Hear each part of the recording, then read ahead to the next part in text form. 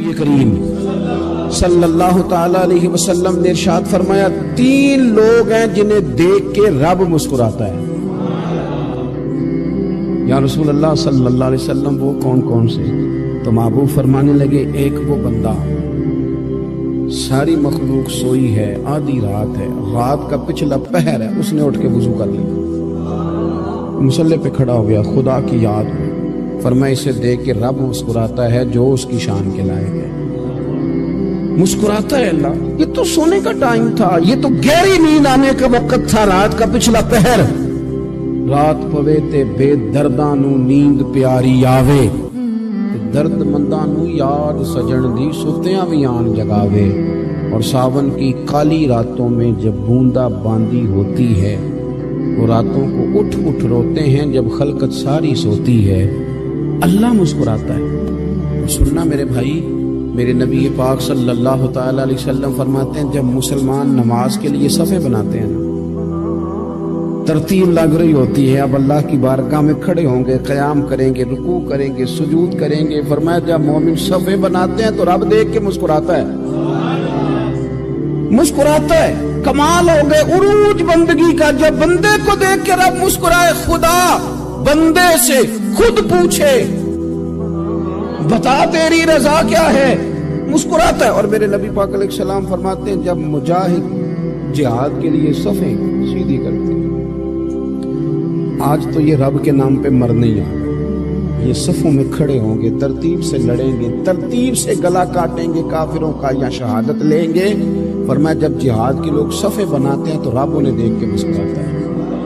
کتنے نصیبوں والا وہ بندہ ہے جسے دیکھ کے مسکرا دیا۔ او یار کبھی تیرا بیٹا تیرے سامنے مسکرائے نا چھوٹا، تو تیرا دل باغ باغ ہو جاتا ہے۔ تیری ماں بیمار کسی ایک دن صحیح طرح ہنس پڑے تو طبیعت خوش ہو جاتی ہے۔ مجھے بتاؤ نا جس کا رب بھی اسے دیکھ کے ہنس پڑے، جو اس کی شان کے لائق ہے، کیا اس بندے کے نصیبیں ہیں، کیا اس کے مقدر ہیں۔ آپ اس مقام پر اپنے آپ کو لائیں۔ اب دیکھیں نا یہ حدیث ہم نے سن لی، اب ہم نے نا اس طرح صفحے نہیں بنانے جس طرح ساری دنیا، اب ذرا صفحے بھی شوق سے بنائیں، اب ذرا تھوڑا سا شوق پیدا کریں گے، بھئی یہ تو میں وہ کام کرنے لگا ہوں جسے دیکھ کے رب مسکراتا ہے۔ نبی پاک صلی اللہ علیہ وسلم نے فرمایا جب کوئی بندہ توبہ کرتا ہے ہم توبہ کا رٹا لگاتے ہیں، یا اللہ میری توبہ یا اللہ۔ اور توبہ کا تو مطلب یہ ہے کہ پچھلے گناہوں سے پکی توبہ، آج کے بعد یہ غلطی نہ کرنے کا پکا وعدہ۔ تو نے ساری شب برات رو کے گزاری ہے، بتا سویرے جھوٹ جوڑنے کا ارادہ ہے تیرا، آج کے بعد رشوت تو نہیں نہ لے گا، ملاوٹ تو نہیں نہ کرے گا، یہ توبہ ہے۔ اور اگر سارے کام اسی طرح کرنے تو پھر یہ توبہ کا رٹا ہے، جتنا مرضی لگاؤ۔ حضرت علی بن ربیعہ رضی اللہ تعالیٰ عنہ فرماتے ہیں میں مولا علی کے ساتھ تھا، مقام حرہ کی طرف جا رہے تھے، حضرت علی نے ہاتھ اٹھا کے دعا مانگی ہماری تعلیم کے لیے، ورنہ حضرت علی ہم صحابہ کو محفوظ عن الخطا تو مانتے ہیں نا، ہاتھ اٹھا کے کہا اے اللہ ہمارے گناہ بخش دے، تیرے علاوہ کوئی معاف کرنے والا نہیں۔ اور پھر حضرت علی آسمان کی طرف دیکھا اور دیکھ کے نا حضرت علی بن ربیعہ کو تو مسکرائے۔ حضرت علی بن ربیعہ کہنے لگے حضور مسکرائے کیوں ہو؟ فرمانے لگے ایک دن میں حضور کے ساتھ اسی طرح آیا تھا، اسی طرح حضور نے دعا فرمائی تھی ہماری تعلیم کے لیے، اور پھر حضور مجھے دیکھ کے مسکرائے تھے اور فرمایا جب کوئی بندہ رب کی بارگاہ میں اس طرح استغفار کرتا ہے تو رب مسکراتا ہے، اور مسکرا کے فرماتا دیکھ لو میرے بندوں کو پتا ہے کہ میرے علاوہ معاف کرنے والا کوئی نہیں، انہیں پتا ہے، تم اس کی بارگاہ میں رجوع تو لاؤ، آؤ تو صحیح دو آنسو لے کر۔ اقبال کہتے ہیں کہ موتی سمجھ کے شان کریمی نے چن لیا، قطرے تو گرے میرے ار کے انفال، دو میں نے آنسو بہائے تھے تو اس کے کرم نے تو موتی سمجھ کے چن لی۔ سنو نا حضور اس استغفار کو اللہ کو یار رات کو توبہ کر کے سونا چاہیے ہمیں۔ کچھ غلطیاں ہم کرنا نہیں چاہتے پر ہم سے ہو جاتی ہیں، کچھ دل ہم توڑنا نہیں چاہتے پر وہ ٹوٹ جاتے ہیں، ہماری مجبوری ہوتی ہے ٹوٹ جاتے ہیں۔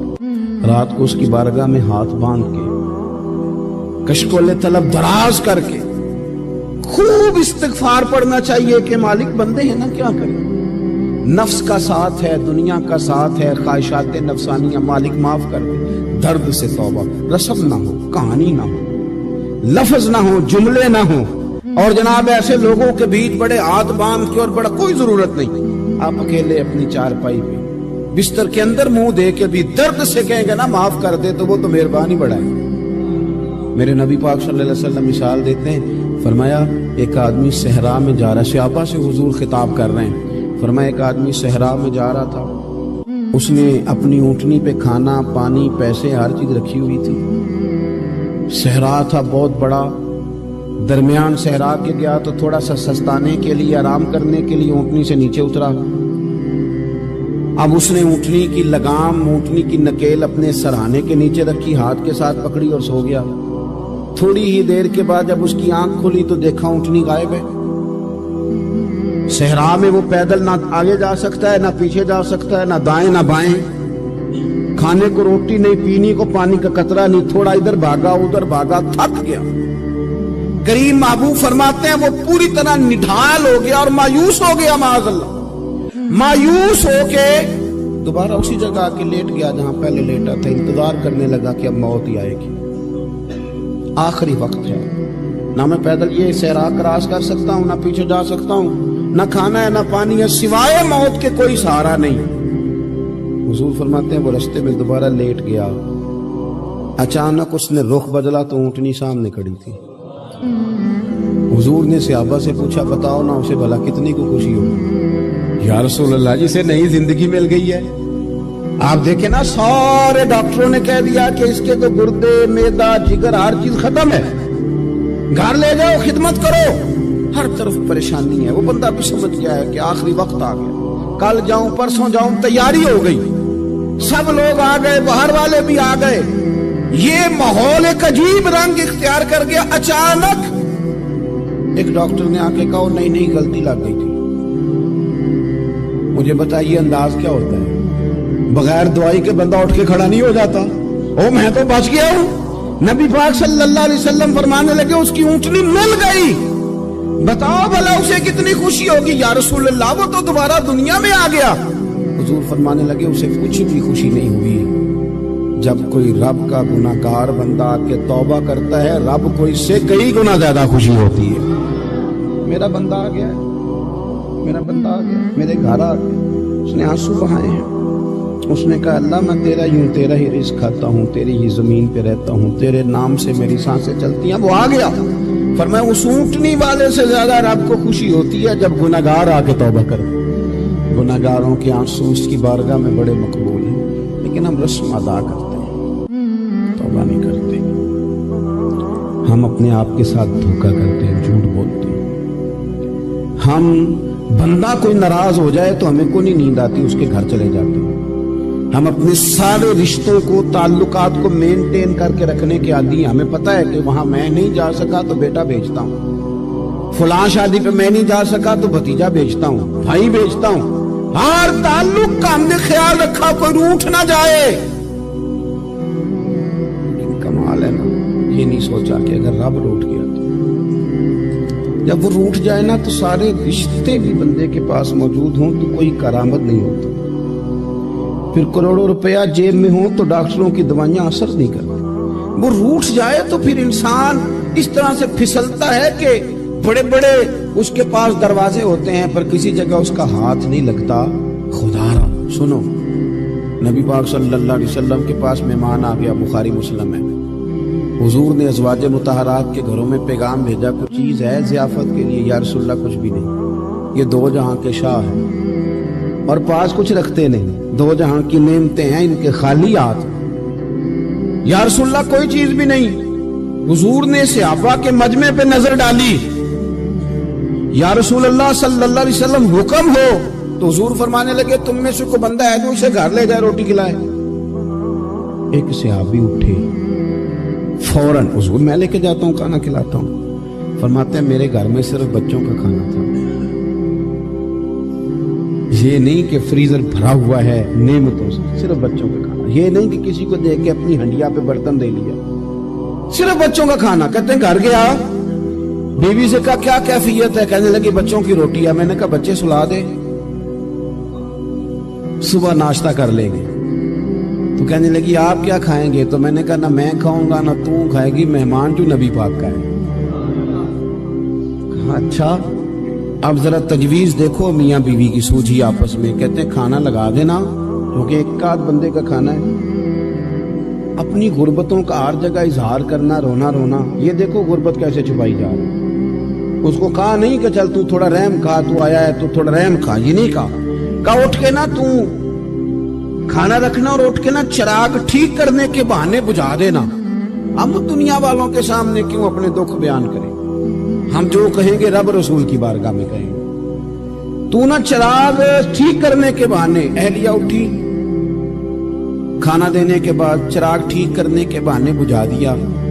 خامد بھی ہاتھ چلاتے رہے, بیوی کبھی برتن رکھتی کبھی اٹھاتی, پتہ چلے کہ کھانا کھا رہے ہیں, کھانا کھایا جا رہا ہے. کہتے ہیں مہمان پیٹ بھر کے کھانا کھا گیا. یہ کام ہوا رات کے اندھیرے میں, اس وقت ہوا جب چراغ بھی بند تھا, اس وقت ہوا جب کوئی دیکھنے والا نہیں تھا, کسی پڑوسی کو بھی خبر نہیں تھی. فرماتے ہیں صبح کے اجالے میں اس مہمان کو لے کے مسجد نبوی میں نے قدم رکھا تو نبی کریم نے فرمایا رات جو تم نے کام کیا ہے نا اسے دیکھ کے میرا رب بڑا مسکرایا ہے, اللہ بڑا مسکرایا ہے. اللہ تر دامنی پہ شیخ ہماری نہ جائیے, ہم دامن نچوڑ دیں تو فرشتے وضو کریں. یہ شان ہے صحابہ کی. نبی کریم علیہ السلام نے فرمایا رب رات مسکرایا تیرا یہ انداز دیکھ کے, اور اس نے قرآن نازل کیا وَيُؤْثِرُونَ عَلَىٰ أَنفُسِهِمْ وَلَوْ كَانَ بِهِمْ خَصَاصَةٌ. کچھ لوگ وہ ہیں جنہیں بڑی بھی ضرورت ہو تو دوسروں پر احسار کر دیں. اللہ تبارک و تعالیٰ نے انسان کے لیے سارا کچھ بنایا. هُوَ الَّذِي خَلَقَ لَكُم مَّا فِي الْأَرْضِ جَمِيعًا. فرمایا زمین میں جو کچھ ہے سارا تیرے لیے بنایا. کسی کو آپ نوکری پہ رکھتے ہیں, اس کے ساتھ معاہدہ یہ ہوتا ہے کہ یہ تجھے رہنے کے لیے مکان دیا جائے گا, 3 وقت کا کھانا دیا جائے گا, 2-3 دفعہ پینے کو چائے ملے گی, اور اتنی تنخواہ ہم ہر مہینے تمہیں ادا کریں گے. اور پھر ڈیوٹی یہ ہے کہ یہ مشین ہے, اس پر تم نے صبح 8 بجے سے 4 بجے تک کام کرنا ہے. اب وہ شخص کیا کرتا ہے, وہ تنخواہ بھی وصول کرتا ہے, مکان پہ بھی قبضہ کر لیتا ہے, اور وہ 3 وقت کھانا بھی کھا لیتا ہے, چائے بھی پی لیتا ہے, اور مہینے کے بعد تنخواہ بھی وصول کر لیتا ہے, پر مشین پہ کھڑا نہیں ہوتا. تو اس کا مالک اسے رکھے گا؟ بولتے نہیں آپ حضرات. رکھے گا اسے, چھٹی کرا دے گا.